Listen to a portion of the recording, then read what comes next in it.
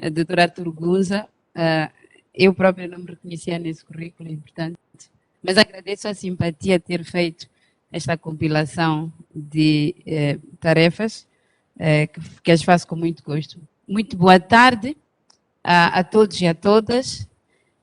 Também, à semelhança dos colegas que me antecederam, vou, com vossa permissão, dispensar, obviamente, as questões de protocolo, porque já foram feitas e com as quais reconheço, mas não deixo de cumprimentar a todos os titulares representados nesta sala, dos PALOPs representados nesta sala, aos meus colegas de painel que me facilitaram a vida, na medida em que já se falou muito sobre o PACED, porque o PACED é mesmo isso, é cooperação, é formação e capacitação, mas não posso deixar de enaltecer que o PACED também é gênero, muito embora não tivesse sido reafirmada esta ideia do gênero, o projeto de consolidação do Estado de Direito, sem se pensar no gênero, portanto, não seria possível.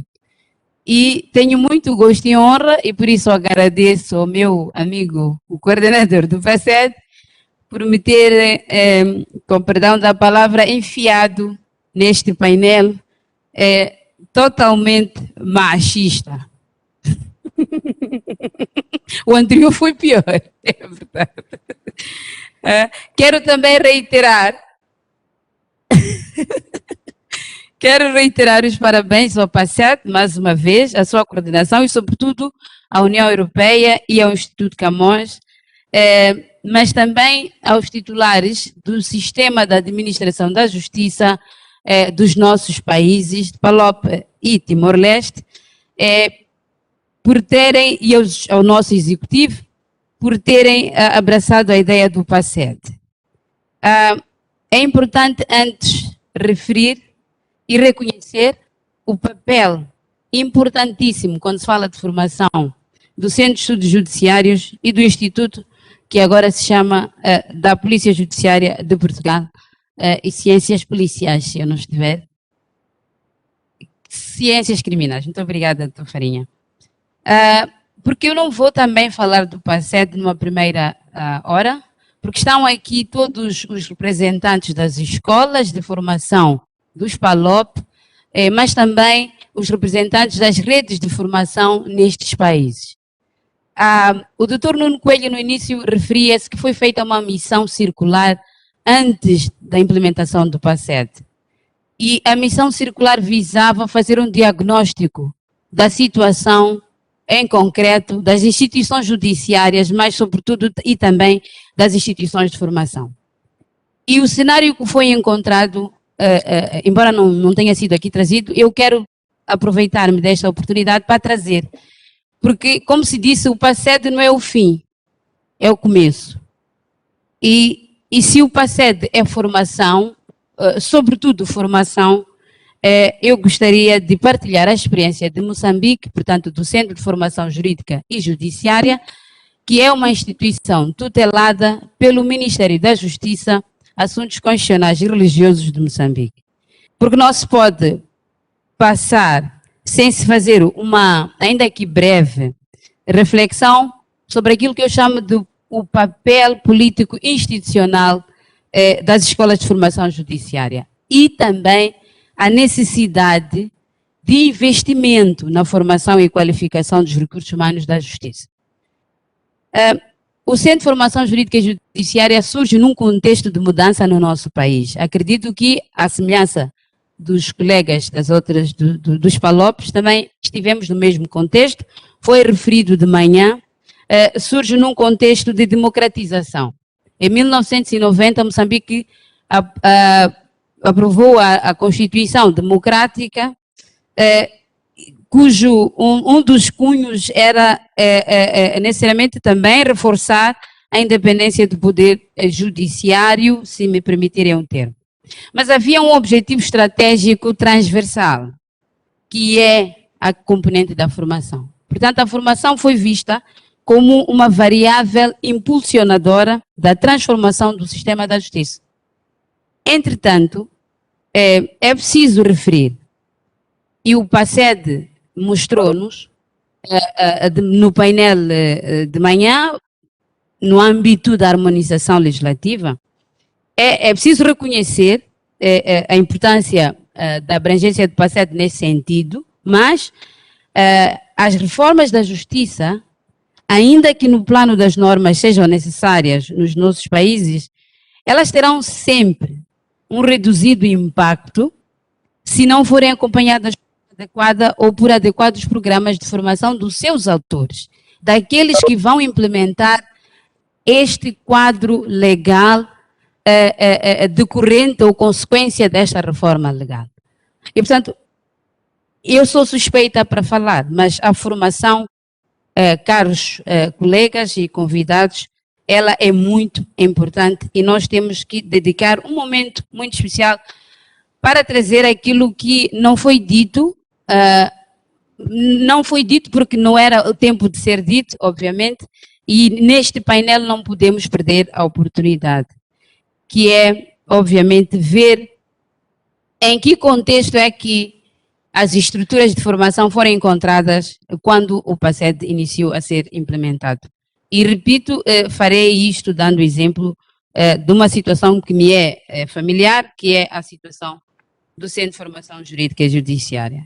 E quero partilhar este exemplo. O centro surge, já disse o contexto em que surge, mas, entretanto, efetivamente, a partir do ano 2000, com o apoio do PNUD, portanto, Programa das Nações Unidas para o Desenvolvimento, o centro foi construído, o Centro de Formação Jurídica e Judiciária, um projeto, obviamente, abraçado pelo Poder Judiciário e pelo Executivo, e nesta altura o centro tinha o que nós chamamos de autonomia e robustez financeira para implementar as ações de formação dos operadores do setor da justiça. Foi pensado um centro que servisse todo o sistema. E, portanto, nesta altura, havia atração e retenção de mão de obra qualificada, tínhamos formadores permanentes na escola de formação para garantir a formação dos quadros da justiça, existia a capacidade técnica, a planificação era centralizada no seio do setor da justiça, portanto, havia uma independência, não que isto seja positivo do orçamento do Estado, mas é um contexto em que há outras prioridades e, entretanto, ter esta parceria com os parceiros de desenvolvimento estratégico ajudou a impulsionar o início da Escola de Formação, portanto, do Centro de Formação Jurídica e Judiciária, elevando o nível de execução das ações de formação e capacitação, bem como qualificação, portanto, para o setor da justiça. Ao PNUD juntou-se a Agência Dinamarquesa de Desenvolvimento, portanto, da NIDA, um apoio que se redobrava não só na área da formação, mas também na área da documentação legal e judiciária. Entretanto, a partir de 2015, há a saída, porque os projetos terminam. Estamos aqui a celebrar o PACED. E então, é esta questão da sustentabilidade que é preciso termos em conta para vermos o quanto é importante termos projetos sustentáveis que nos tragam, que criem reforço efetivo das capacidades de atuação das nossas instituições, de variadíssimas formas, obviamente. Portanto, quando terminam estes dois projetos, o centro volta a uma situação de dependência financeira, cessam algumas parcerias, a fuga massiva de quadros e é uma planificação descentralizada, mas no sentido também de aproveitar de todas as formas, por via das instituições da justiça, o melhor que podíamos aproveitar para que garantíssemos recursos humanos capacitados para poder combater os crimes de corrupção, a criminalidade organizada, de que nós aqui estamos a falar, porque não nasce só com o PACED esta necessidade. Entretanto, de 2017 a esta parte, recuperou-se portanto, o cenário anterior, mas os desafios da sustentabilidade e também a necessidade de algumas reformas estruturais, portanto, permanece, não obstante termos conseguido e estarmos a conseguir formar os quadros para o setor da justiça, com apoio de projetos como o PACED.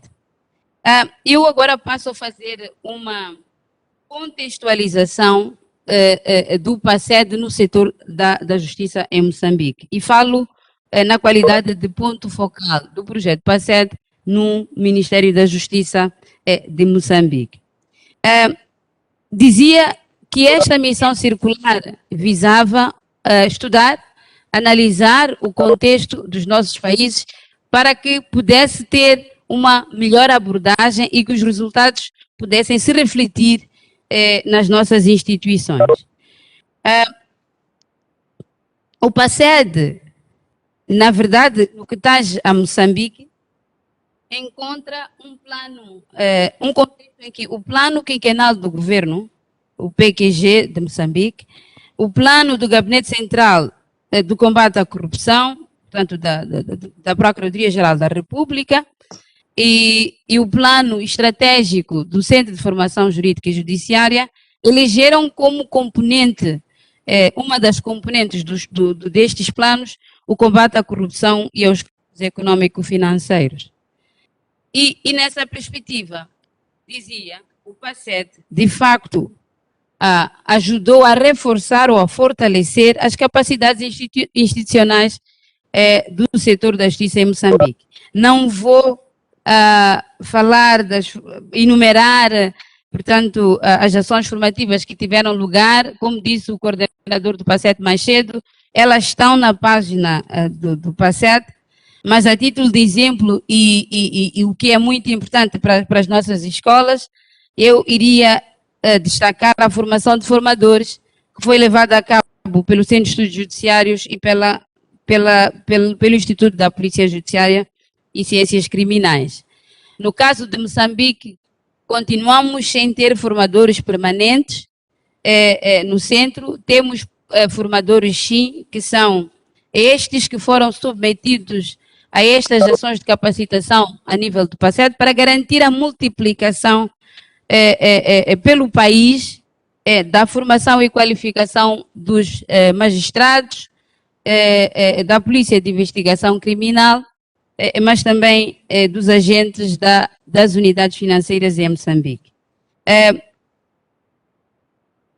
Os magistrados moçambicanos também participaram de todas as ações de formação no âmbito de seminários, no âmbito de conferências nacionais e internacionais, nos encontros de conhecimento e partilha de boas práticas que aconteceram tanto em Moçambique como em Angola e em Timor-Leste. Portanto, passaram por aproveitaram, digamos assim, todo este contexto criado pelo PACED para melhorarem a sua atuação. Mas gostaria também de enaltecer os produtos decorrentes, obviamente no que tange a área da formação, o manual de formação que já foi aqui referido, o guia para a formação e cooperação judiciária na área penal nos nossos países, que são instrumentos importantes e que contribuem para a sustentabilidade nas nossas ações.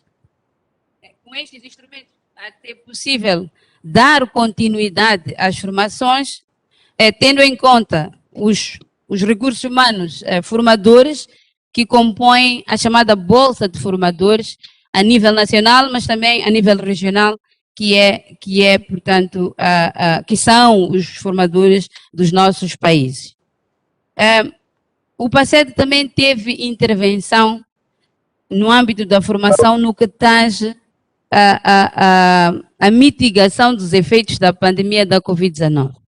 Para o caso de Moçambique, o Centro de Formação Jurídica e Judiciária beneficiou de equipamento informático e, nessa perspectiva, relançou-se para um futuro que estava previsto, mas entretanto não tínhamos condições ainda, estavam a ser criadas, aliás, as condições para a implementação do ensino à distância. Foi possível, eu peço desculpas, mas há uma mosca que quer também ser orador.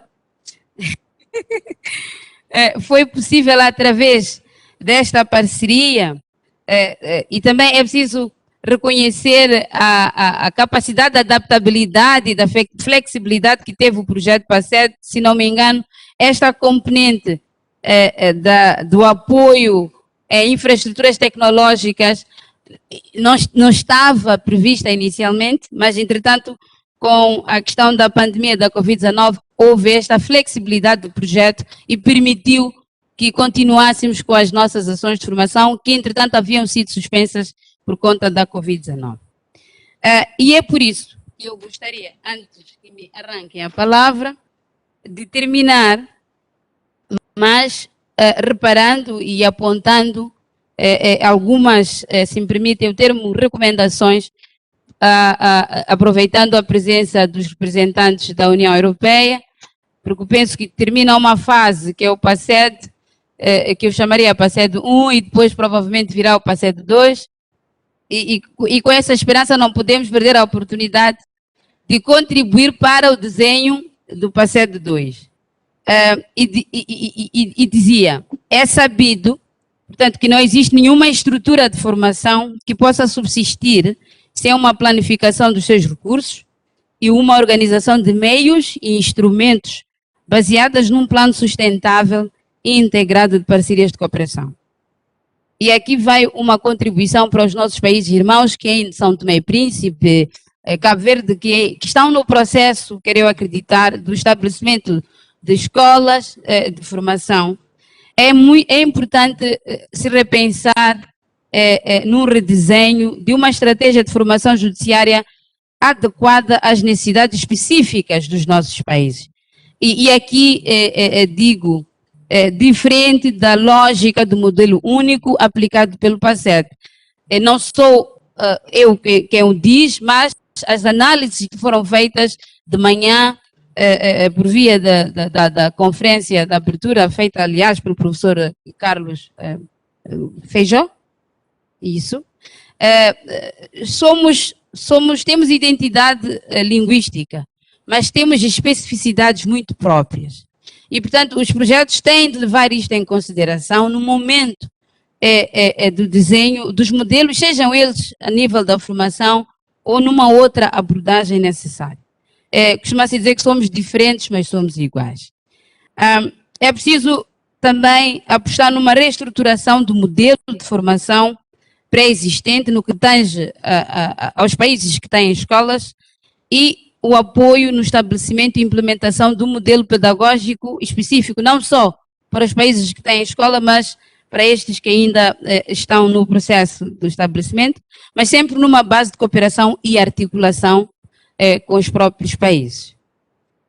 É preciso consolidar e lançar a plataforma eletrônica de cooperação e informação, que está no Prelo. Acredito que é uma plataforma muito importante e que vai impulsionar, portanto, a continuidade, digamos assim, das ações de formação e dos objetivos que o PASSED traçou no que tange à formação e, sobretudo, vai ajudar a consolidar o Estado de Direito nos nossos países. Também é necessário, já dizia o Dr. Nuno Coelho, lançar uma rede de escolas de formação jurídica e judiciária. O Centro de Formação Jurídica e Judiciária faz parte e também o INES, fazemos parte da rede das escolas de formação a nível da África para a formação na área do direito do ambiente. É uma plataforma muito importante. Partilhamos experiências, boas práticas, troca de jurisprudência, partilha, aliás, de jurisprudência. Isto ajuda a melhorar o desempenho dos operadores da justiça. A nível da Europa, portanto, o SES também faz parte de uma rede idêntica. E o desafio para LOP mais Timor-Leste, neste caso eu diria, para a CPLP, é termos, na mesma perspectiva, na mesma lógica, na língua portuguesa, uma rede das escolas de formação jurídica e judiciária da CPLP com objetivos idênticos, porque está provado que o combate à grande criminalidade, mas não só à grande criminalidade, há outras problemáticas que afligem os nossos países, só podem ser conseguidas numa base de cooperação em redes como estas, de troca de experiências, que nos ajudam a crescer e, sobretudo, a combater eficazmente crimes como a corrupção e outros crimes conexos.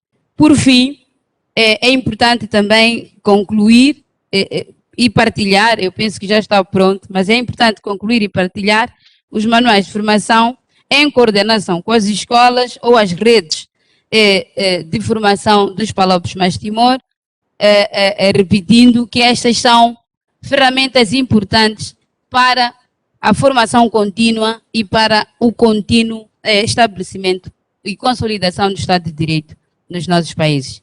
Peço imensas desculpas